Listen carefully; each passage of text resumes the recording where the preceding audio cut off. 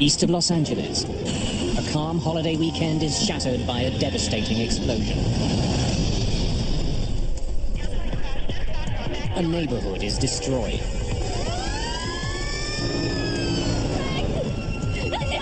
I turned and saw my house totally on fire.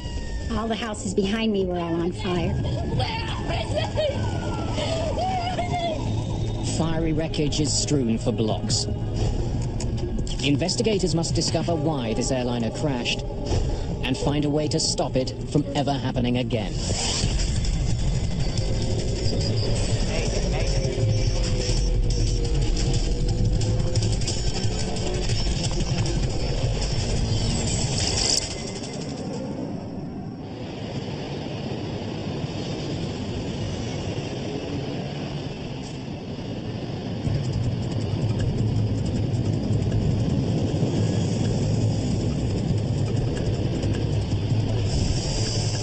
Los Angeles International Airport, LAX, is one of the busiest in the world. It's used by 40 million passengers each year. More than 1,500 planes take off and land every day. It's August the 31st, 1986, Labor Day weekend. Today, a junior air traffic controller, Walter White, will be handling some of that traffic. White isn't yet a fully fledged controller. He has to put in more time before he gets his final certification. Hey, Carl, how's it going? Hey, slow. It was a long weekend, and it was a beautiful day in Los Angeles. It was absolutely clear outside, which we call Chamber of Commerce type day. You want to take a break? Have a cigarette?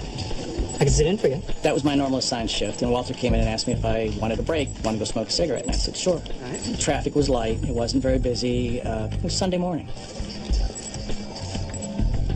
Well, certainly any controller is looking to get seasoning, if you will. 3 months, 4 months, that's a pretty new controller. Los Angeles Approach, good morning. I mean, it wasn't my turn for a break. Walter wanted to work the sector. As I remember correctly, he wanted to work here for some proficiency time. He hadn't worked it in a while. ETHO 60, can you see the runway 25 left? Roger, LA approach. Thank you. Reduce speed to 200, then descend and maintain 6,000. 200, descend and maintain 6,000. Thank you. Have a nice day. Several hundred kilometers to the south, passengers are boarding an Aeroméxico DC-9.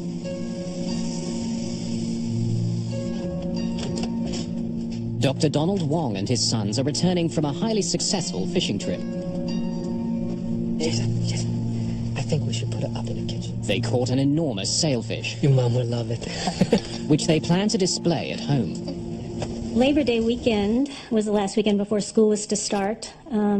Donald decided that it would be fun to take the boys fishing down in Mexico, to go deep sea fishing, which he'd only done one other time in his life. This would be a father-son bonding weekend. And it was also the first time that they had traveled without me.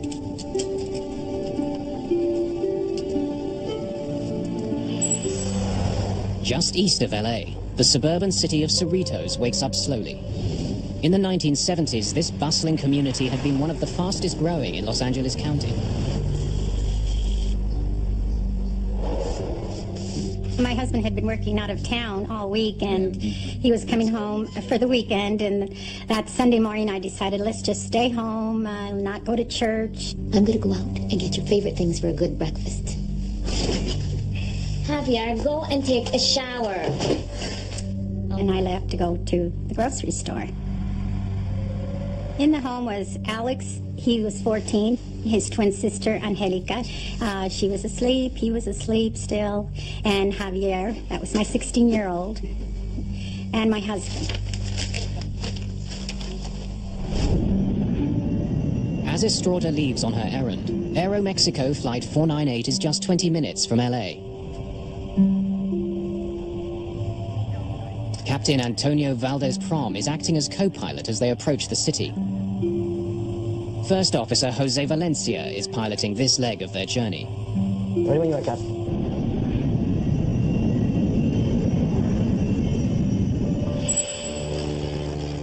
About 22 kilometers south of LAX sits the Torrance Airport. Operating in the mammoth shadow of LAX, Torrance serves private planes and amateur pilots. It's one of several small airports that operate near LA, a region that has over 6,000 weekend flyers. Fuel set. At the end of a busy summer, William Kramer, his daughter Caroline, and wife Kathleen are finally taking to the skies. Piper 4891. All clear for takeoff.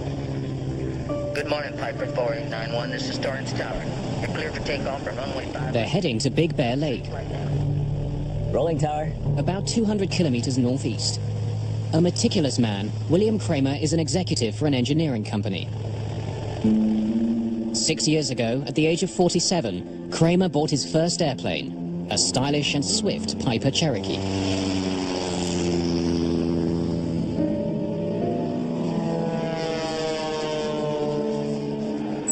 Wings West 5225, Los Angeles approach, depart Seal Beach, heading 320. Expect a visual approach, runway 25 left. Report airport in sight. Thanks. Walter White's job as arrivals controller is to make sure incoming planes keep well clear of each other. He's directing them to land on one of two runways. Visual approach, runway 25 left. Thank you. Southeast of LAX, the crew of Aeroméxico Flight 498 is still a few minutes from their first contact with Walter White. But in the skies above Los Angeles, a deadly series of events is about to unfold. Dozens of people who have never met will be bound together forever in a tragedy that will affect everyone who flies. Airspeed.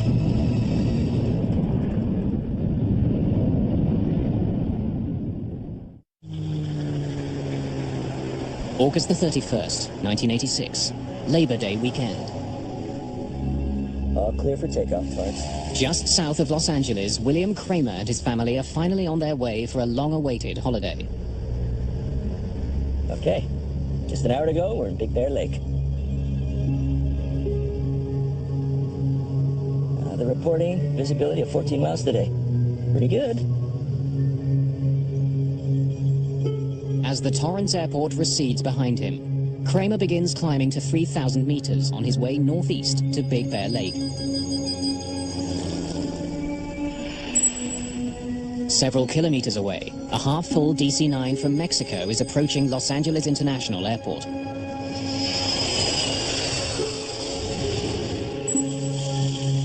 Less than 2,000 meters below them, Teresa Estrada is driving home with the groceries for a holiday breakfast.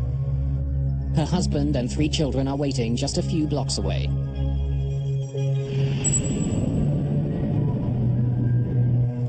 That's it. Holiday's over.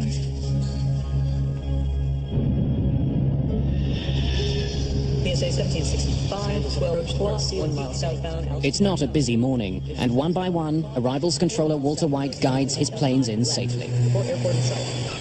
At 11:47 a.m., he gets his first call from Aeroméxico Flight 498. Los Angeles approach. Good morning. This is Aeroméxico 498. Aeroméxico 498, Los Angeles approach. 25 left, final approach course. Do you have information? Aeroméxico Flight 498 is now officially inside what's known as the Terminal Control Area, or TCA. Sometimes referred to as the birdcage, the TCA is a complex piece of three-dimensional airspace around the airport. It's restricted airspace that's normally found around heavily congested airports or hub airports where the traffic density is extremely high and you need to control the access into and out of that airspace. Aeroméxico 498, traffic 10 o'clock, 1 mile northbound, altitude unknown. Roger 498. Aeroméxico 498, reduce speed to 190, then descend and maintain 6,000. As the Aeroméxico plane descends, William Kramer and his family continue climbing. I hope it's like this when we get to Big Bear. We should be able to see the ocean by now.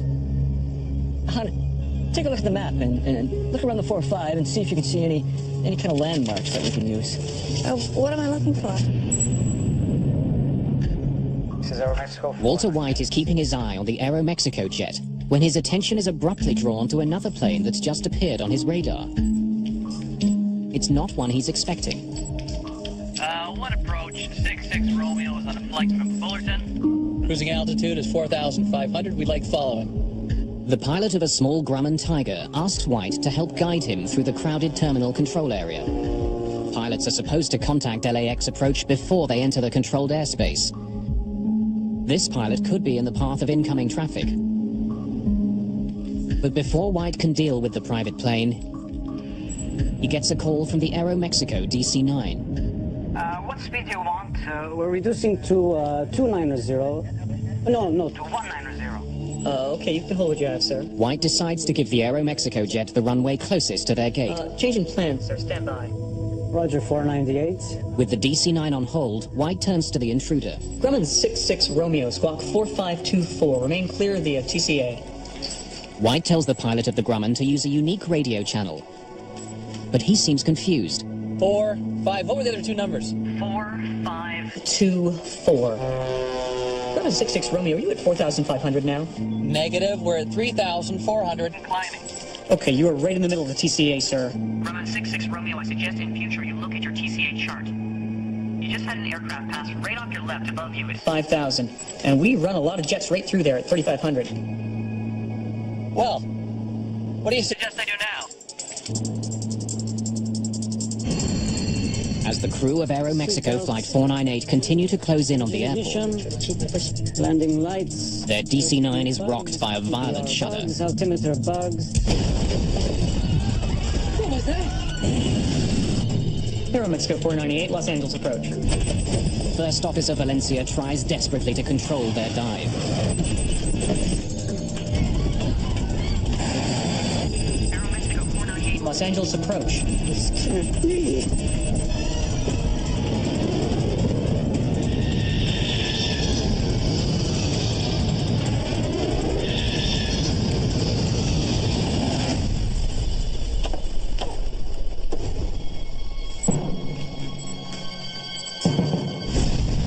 I saw a huge explosion, just the red, vibrant colors of a fire, just huge explosion, like the way a bomb might hit the ground. White is getting no response from the Aeroméxico jet. Aeroméxico 498, Los Angeles approach. And now he can't find it on his radar screen. I'm sitting there talking with the two departure controllers and not really thinking. I hear Walter say something like, I think I lost one. Aeroméxico 498, Los Angeles approach. that immediately got everybody's attention. So I looked at the radars and could hear him calling Aeroméxico 498. Called him several times on the radio. Where was Aeroméxico? At this point, we weren't absolutely sure what had happened. White calls to an incoming jet for help. American 333 Heavy. Why don't you take a look around at 11 o'clock? I just lost contact with a DC-9. Let me know if you see anything down there, please. 11 o'clock, 5 miles. What altitude? He was last assigned 6. He's no longer on my radar scope, American 333 Heavy. Okay, I see a very large smoke screen off on the left side of the aircraft, about 11 o'clock.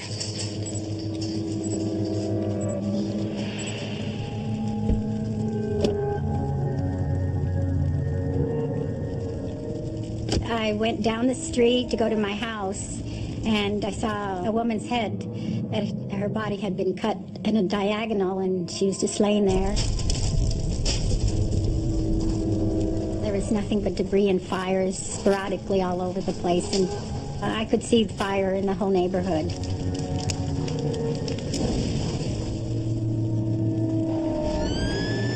Nearby, an engine from a local fire station had been on a training exercise led by Fire Captain Larry Hambleton. All of a sudden, one of the firemen tapped me on the shoulder and said, "There's a big column of smoke, off to our left." So I picked up the mic and made a guess at the address. Responding to a large fire north of 91, north of Terminator. They came back and said, "Well, we've got a report of an airliner down."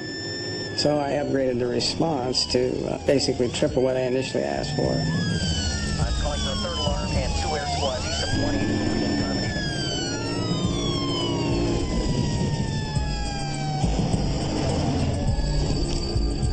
As we approached, I realized that in addition to the aircraft parts in the street, there were people, body parts, which changed the complexion of the whole thing.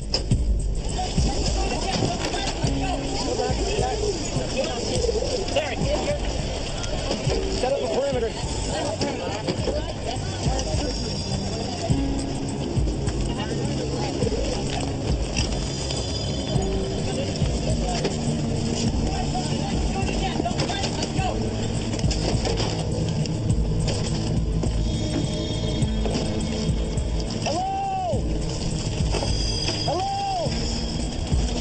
anybody hear me?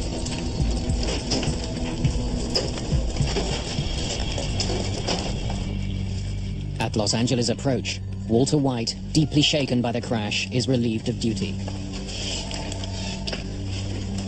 I remember watching Walter get up and walk out of the room by himself.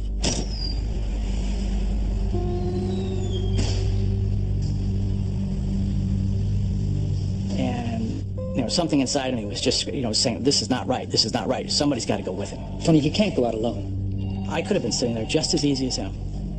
And I don't know if I'd have done anything different than he did. If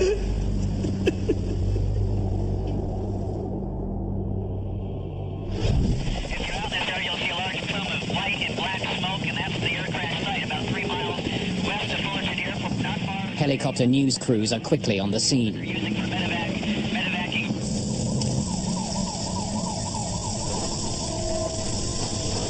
There was a lot of fire in front of me, and my house is just totally on fire. Frank! Angelica! Angelica! And I saw my neighbor. Where are they? I said to her, Rose, where's my family? What happened? And she goes, oh, honey, your family's in here. They're over here. We're looking for you. And within myself, all I could do was thank God that they were safe and sound.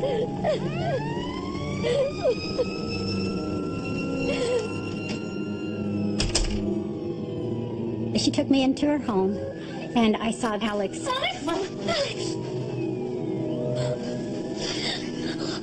happened? Where's Angelica? Where's Angelica? Where's Javier? Where's Mama? I don't know, Mom, I'm sorry. And he started crying right away and said, Mom, I'm sorry. I'm the only one that came out alive. And all I could do was hug him.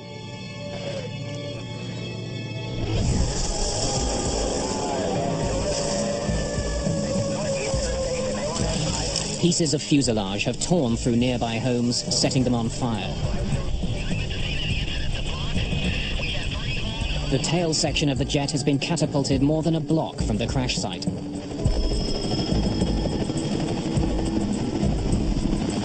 Hello? Is there anybody in here?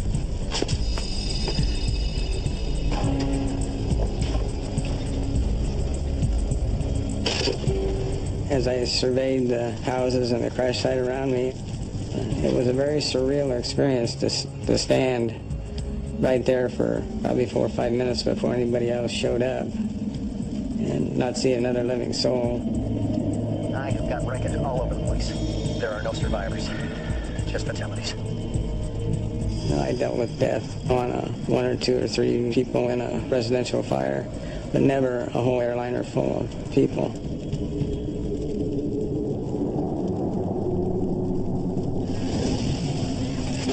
It's gonna work, guys.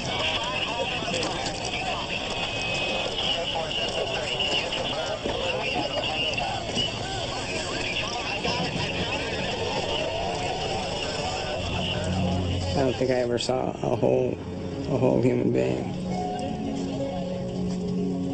I gave him the job of finding body parts and wrapping them or covering them with yellow rescue blankets. No matter where it was, ever so small or whatever, you know, a hand or a torso or a leg or whatever.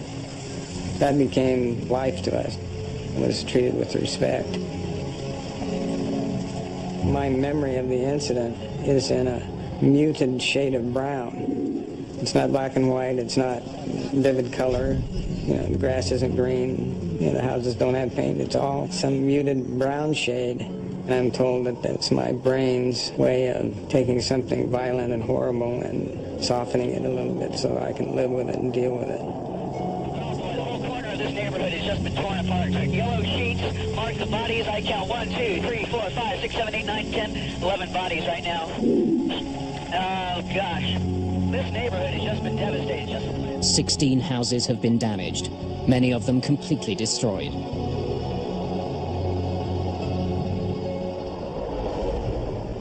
At Los Angeles International Airport, Mary Wong is waiting for her husband and 2 young sons. I went to the airport to pick them up around noon and waited in that area outside of customs and waited and waited. And probably, you know, you're thinking, well, customs might take a little while, but about maybe 12:20 or 12:30, I started seeing a man walk around with a pack on his back with a green cross.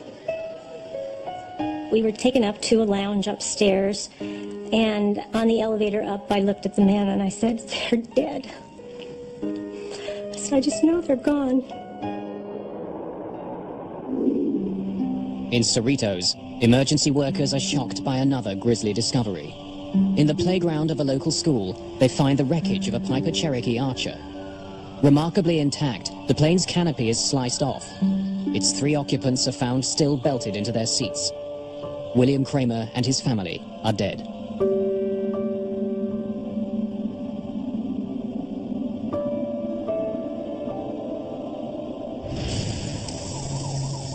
All the passengers and crew on Aeroméxico Flight 498 are also dead.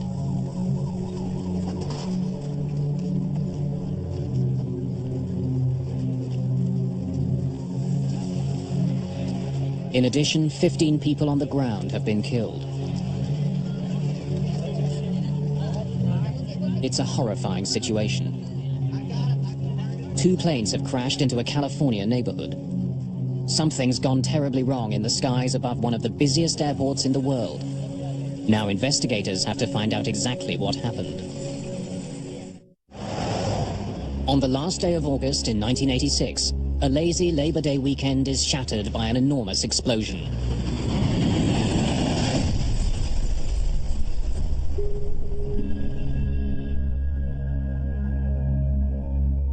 Two planes crash in LA County, destroying several houses.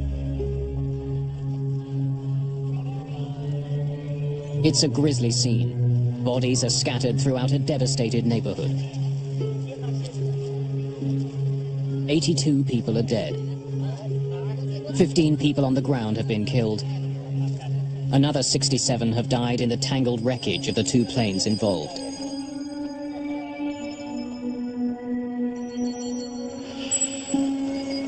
Investigators from the National Transportation Safety Board arrive that night.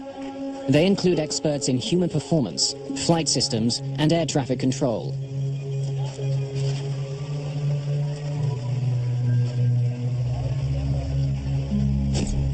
From the beginning, investigators are focused on the fact that there are 2 planes on the ground.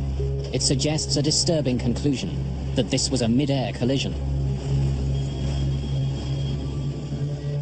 The idea that this had been a mid-air collision was already conveyed to us before we even launched out of Hangar 6 back when we got to Earth. They saw 2 wreckages coming down, and that's the way it got conveyed to us. With that idea in mind, John White and his team must painstakingly examine the wreckage. It's more now documenting where the major pieces were, and then looking at the pieces to see if you can determine how the aircraft, at what angle the aircraft may have come together at. Propeller marks on the tail of the DC-9 and paint from the Piper Cherokee reveal how the planes crashed. It looks like the Piper collided at the tail section of the DC-9, and the horizontal stabilizer came off. And once that happened, you could no longer control the pitch of the DC-9. The descending DC-9 and the climbing Cherokee met at a 90-degree angle. Their combined speed was 450 kilometers an hour. The impact tore off the airliner's tail section. Discovering how the planes collided is the first step. The more important question to be answered is why. To piece together the tragedy, investigators examined the DC-9's flight data recorder. It helps them pinpoint the exact location and altitude of Aeroméxico Flight 498. The DC-9 was inside the terminal control area, the controlled airspace of the Los Angeles airport. It was right where it was supposed to be. But the Kramer's Cherokee was also inside the TCA. With all of the jets taking off and landing at LAX, private planes must first get permission to enter this area. Piper 4891, all clear for takeoff, Torrance. William Kramer was a newcomer to Los Angeles, but investigators learned that he was well aware of the limits imposed by the TCA. He knew that it was restricted airspace. And in the cockpit of Kramer's Cherokee, the confirmation. Investigators find a map of the Los Angeles terminal control area. investigators make another puzzling discovery. They learn that the Kramers' proposed flight plan took them from Torrance to Long Beach, then up to Ontario, and finally to Big Bear Lake, at a cruising altitude of 3,000 meters. That plan keeps him well out of the TCA. The fact of the matter is, the Cherokee flew into the TCA and hit the DC-9 in restricted airspace without a clearance. So how had Kramer flown into danger? And why hadn't he let anyone know? On the ground in Cerritos, one possible answer emerges. Heart disease runs in Kramer's family, and the initial autopsy results show a major blockage.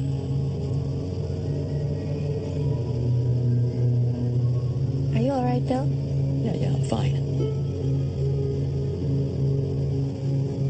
Kramer may have suffered a heart attack on the flight, leaving the plane without a pilot.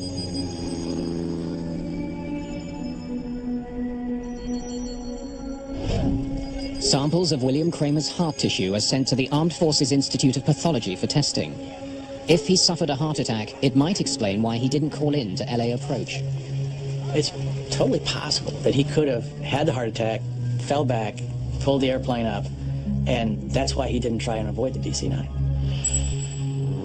But no matter why Kramer was flying in restricted airspace, air traffic controller Walter White should have been able to see him. Kramer's plane should have appeared on White's radar.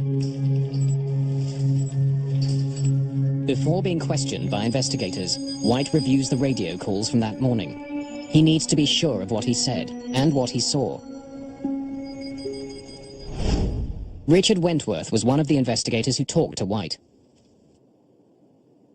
At any time, did you see the Piper Cherokee on your scope? No. No, sir. The Piper's target was not displayed. It is my belief that it was not on my radar scope. He was positive that the aircraft was not there for him to see.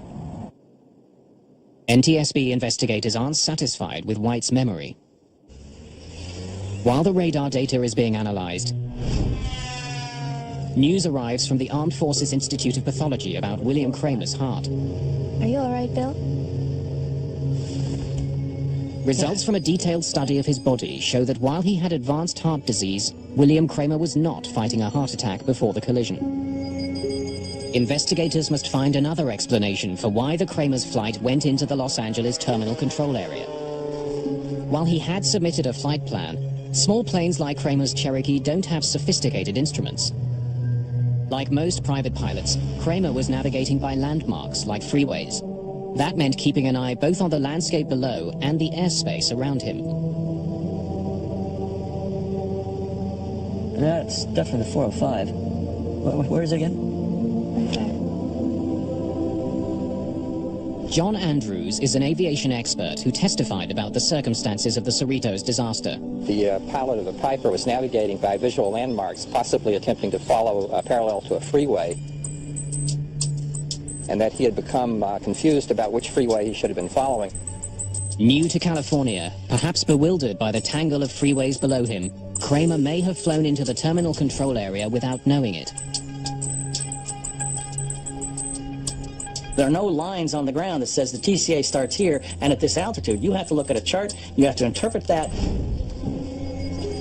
Investigators are now confident they can explain why Kramer was inside the controlled airspace of the TCA.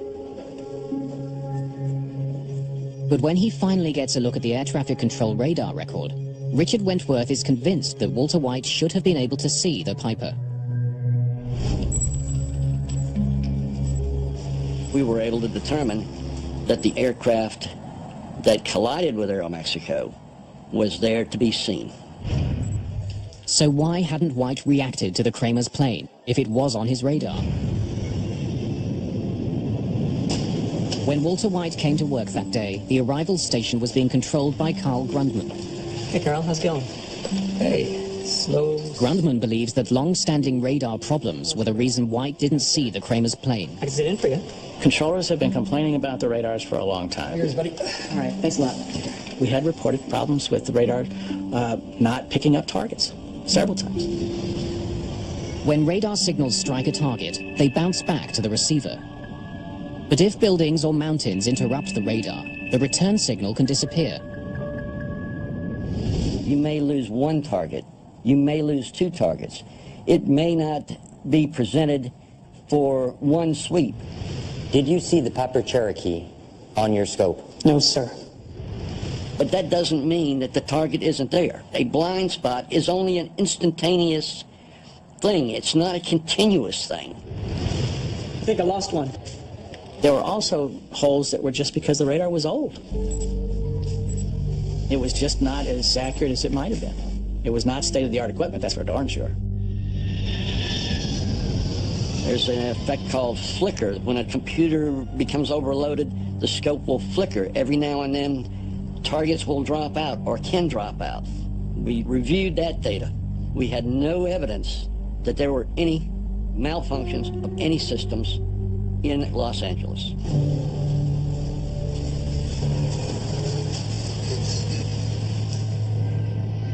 There is another possible explanation. If the Cherokee had appeared on the radar, White still could have missed it. Investigators focus on the other plane in the sky that day, the Grumman Tiger. Private planes are required to contact air traffic control if they're entering the terminal control area. But the Tiger was already deep into the TCA before it radioed Walter White. One approach, 66 Romeo is on a flight from Fullerton. Cruising altitude is 4,500. We'd like following. Grumman 66 Romeo, are you at 4,500 now? Negative. We're at 3,400 and climbing. Okay, you were right in the middle of the TCA, sir. There was an aircraft that was east of the airport, which he became involved in. That was what they called a violator. Grumman 66 Romeo. Suggest in future you look at your TCA chart. You just had an aircraft pass. The problem with the conversation between the controller and the pilot of the Grumman is that it went on too long. Why were you so mesmerized by the Grumman? I thought he posed a risk. This occurred during a critical time at which the two aircraft to the southwest of his display, which was the Aeroméxico and the Cherokee, were merging. But even if the Cherokee's signal did appear on White's radar, and even if he had seen it, investigators discovered that White still would not have had all the information he needed. Radar signals only show controllers that a plane is in range. Transponders on planes can broadcast other information, including height and speed. But at the site of the Cherokee wreckage, investigators discover the plane's transponder is a basic model. It only sends out information on the plane's direction. It provides no information about the plane's altitude. So these controllers were pretty much used to seeing a little triangle which represented a VFR aircraft with no altitude readout, traversing all over the place. And unless they learned firsthand from the pilot, they had an expectation that the aircraft would not intrude into that airspace. Grumman 66 Romeo is fought 4. Investigators believe that White's divided attention, perhaps made worse by an older radar system, explains why air traffic control never warned the DC-9 of the danger posed by Kramer's Cherokee. Any landmarks that we might be able to use as a visual. But there's another mystery that hasn't been solved. Studying the radar records from the day, NTSB investigators are startled by what they find. Neither the crew of the DC-9 nor the pilot of the smaller Cherokee took any evasive action before the crash. Both pilots appear completely unaware of each other. Definitely 405. Why hadn't the pilots of either airplane reacted? Visibility was over 20 kilometers. How could two planes collide in the clear blue sky? To try to get a better sense of what was happening inside the Aeroméxico cockpit, investigators listened to the airplane's cockpit voice recorder. Los Angeles approach, this is Aeroméxico 4. The flight crew had put Walter White on their overhead speakers. The microphone for the cockpit voice recorder was right beside the speakers. Depart Sealed Beach, heading 320. Much of what the pilot said was drowned out by White's voice. Reduce speed to 200, then descend and maintain 6,000. Altimeter bugs. The radar information paints a puzzling picture.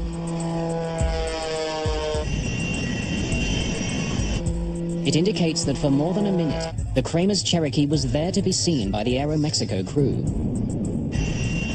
And if the Kramers had looked out of their right side window, they would also have seen the Aeroméxico jet. But neither plane altered its course. Neither plane took any action to avoid the deadly collision.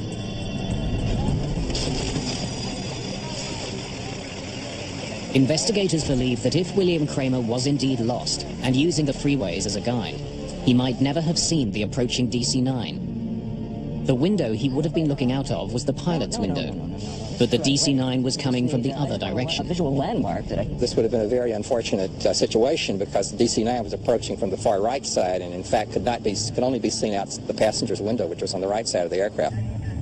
For the crew of the DC-9, the very size of the much smaller Cherokee could have prevented them from seeing the plane before it was too late. In some cases, when a small aircraft is closing very rapidly, by the time the aircraft becomes large enough for you to easily see it, it's almost too late to avoid the collision. The FAA generally has taken a sort of as a rule of thumb that you need about 12 seconds in order to see an aircraft, decide that it's a threat, and then execute an avoidance maneuver. In the case of the collision at Cerritos, by the time the aircraft became large enough to see, you were down very close to that 12-second limit. In case after case of mid-air collisions, we find out that the aircraft gave no indication that they saw each other until the time they actually collided. The design of the cockpit windshield may also have contributed to the disaster. It's possible that during part of the approach, at least for one of the pilots, the aircraft was actually behind the center post, and unless the pilot moved his head back and forth to clear that airspace, unless he had a reason to do that, it's possible the aircraft was obscured during part of the time in which he might have had a chance of seeing the other aircraft. Ignition. The disaster over Cerritos revealed several tragic weaknesses in the air traffic control system. One of the most glaring was that pilots could not be relied on to see and avoid each other. They'd need new technology to keep a mid-air collision from happening again.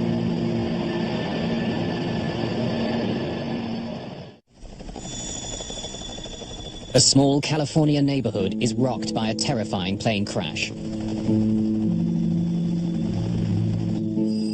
82 people are killed when a private plane slams into a large passenger jet. The devastation is enormous. More than a dozen houses are damaged, several leveled completely. The NTSB report makes it clear that there are glaring problems across the air traffic system. And these concerns must be addressed before, inevitably, there is another mid-air disaster. The FAA, which regulates the airline industry in the United States, acted swiftly to improve safety. A new kind of transponder was required for smaller planes, the kind that might have helped air traffic controllers recognize that the private aircraft posed a danger. If you had an aircraft that flew under a controlled airspace, you would have a transponder, and you would be required to have altitude encoding or reporting. That way it would be no mistake as to whether you had an intruder or not. A new system called Mode C Intruder was also developed to warn air traffic controllers. Mode C Intruder is an automated program that is now incorporated in all our major radar facilities, that if an aircraft should inadvertently intrude, the controller will now be given a visual and an oral alert, thus giving him time to provide a timely warning to the pilot. Seatbelts, engine ignition. Even for the most diligent pilot, the old strategy of see and avoid had serious limitations. Those limitations would be addressed with the most important innovation of all. The major technological innovation that came out of the Cerritos midair was the congressional mandate that all air carrier aircraft operating within the United States would be outfitted with TCAS, Traffic Collision and Avoidance System. John Andrews worked on the team that developed TCAS. The TCAS collision avoidance system, which was under development, quite possibly could have prevented this accident. TCAS gives the pilot a traffic advisory at 45 seconds before the potential collision. Yeah, Maria, everything okay back there? And then at approximately 25 seconds or so before the potential collision, a resolution advisory is given to actually tell the pilots to climb or descend to avoid the altitude of the other aircraft. See.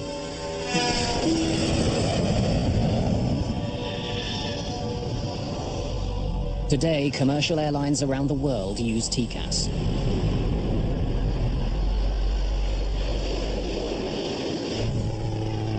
The pilot of the Grumman Tiger, the so-called third pilot whose actions may have played a part in the crash, was eventually charged for flying into controlled airspace in a careless and reckless manner.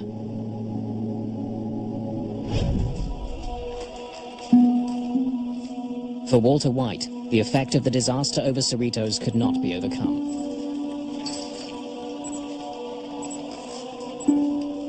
Walter came back to the TRACON, and I think it was probably a month or so later. And I can't give you exactly how long he stayed there, but it wasn't very long. And he just got up and said, no, thank you.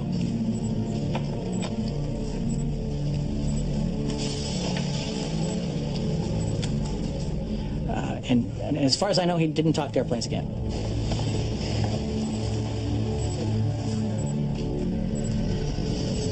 Within a year of the incident, the old radars at LAX were replaced.